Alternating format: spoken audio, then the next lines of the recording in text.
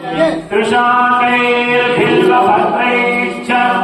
अचित्रैः कोमलैः शुभैः तव पूजां करिष्यामि एकबिल्वं शिवार्पणम् दर्शनं बिल्ववृक्षस्य स्पर्शनो पापनाशनम् अघोरपापसंहारम् एकबिल्वं शिवार्पणम् काशीक्षेत्रनिवासं च कालभैरवदर्शनम् प्रयागे माधवं दृष्ट्वा एकबिल्वं शिवार्पणम् एकं च बिल्वपत्रम्